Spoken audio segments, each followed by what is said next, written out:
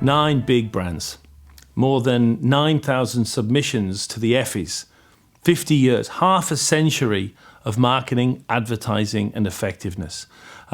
What can we learn from this enormous data set about what does and doesn't work when it comes to effectiveness? Well, I guess having read all of these cases and looked at all of these outcomes, the first thing we can do is identify what a perfectly effective marketing campaign would look like. It would start with qualitative and then quantitative diagnosis of the situation, taking time to work out what's going on. It would move to clear strategic objectives, not too many of them, with a benchmark and a goal. We'd see a combination within that campaign of some long, mass-marketed, brand-driven work, which goes across many, many years, and some shorter, multiple, targeted, performance-based work, which goes after short-term, big hit results. We'd see a tight, differentiated position at the heart of everything. We'd have a heavily and consistently codified execution, so it was always immediately distinctive in the mind of the consumer. We'd see brands investing more in terms of share of voice than their competitors and growing as a result. We'd find that at the heart of all this is the flaming tire of astonishing creativity driving everything. And finally, we see that creativity spread across multiple channels, integrated seamlessly into a total campaign. If you want to know what will generate effectiveness, behold, this is the magic stuff. But there's a few more, perhaps deeper thoughts about what I've learned as I've studied and looked at these amazing campaigns over 50 years. The first is the multiplicity of marketing.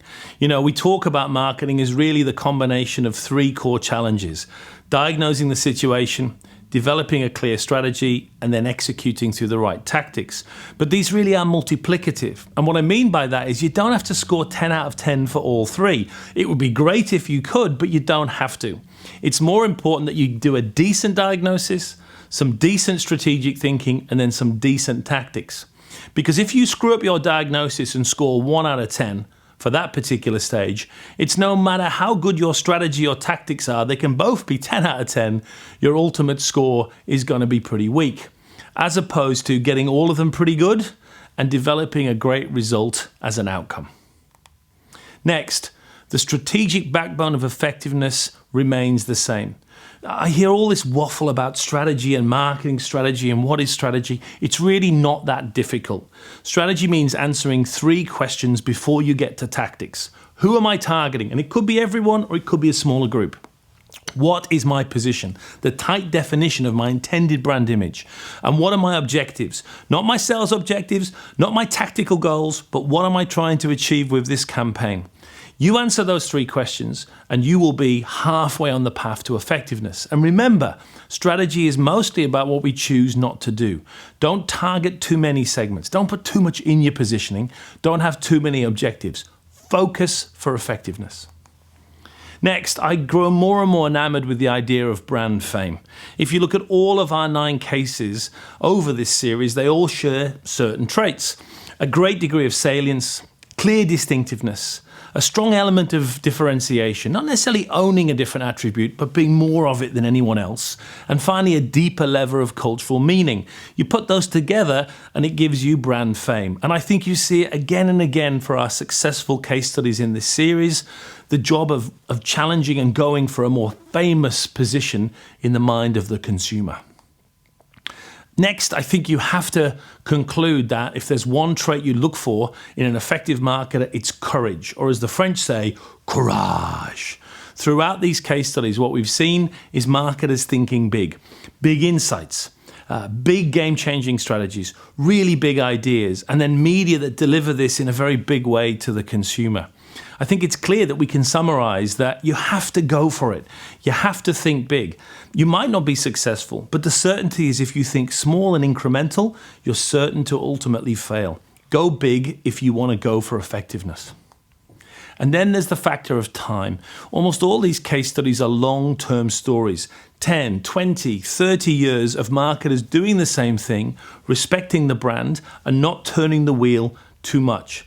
Too many marketers are very impatient They have attention deficit disorder when it comes to actual strategies.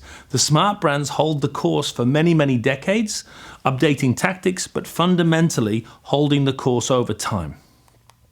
And time works another way too.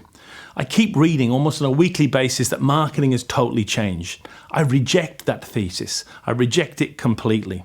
I appreciate that the tactics we're using today are incredibly different from how they were back in 1968.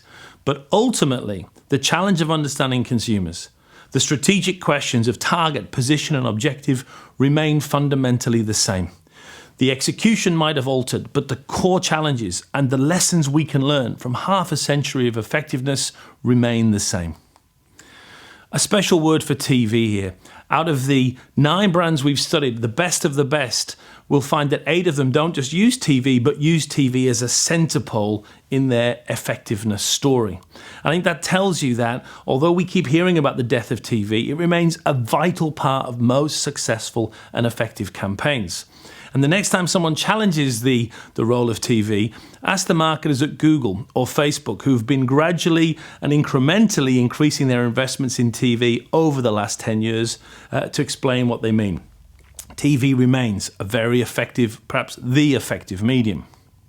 But finally, the biggest lesson of all is Effie and the impact it's had over this half century. Hell, 50 years is a long time in anything, but in marketing and advertising, it feels like a millennium. The Effies have marked the time of this amazing period in marketing. They have ushered in a period of greater effectiveness and evidence-based thinking, and we need them more than ever. Happy birthday, Effie. We love you.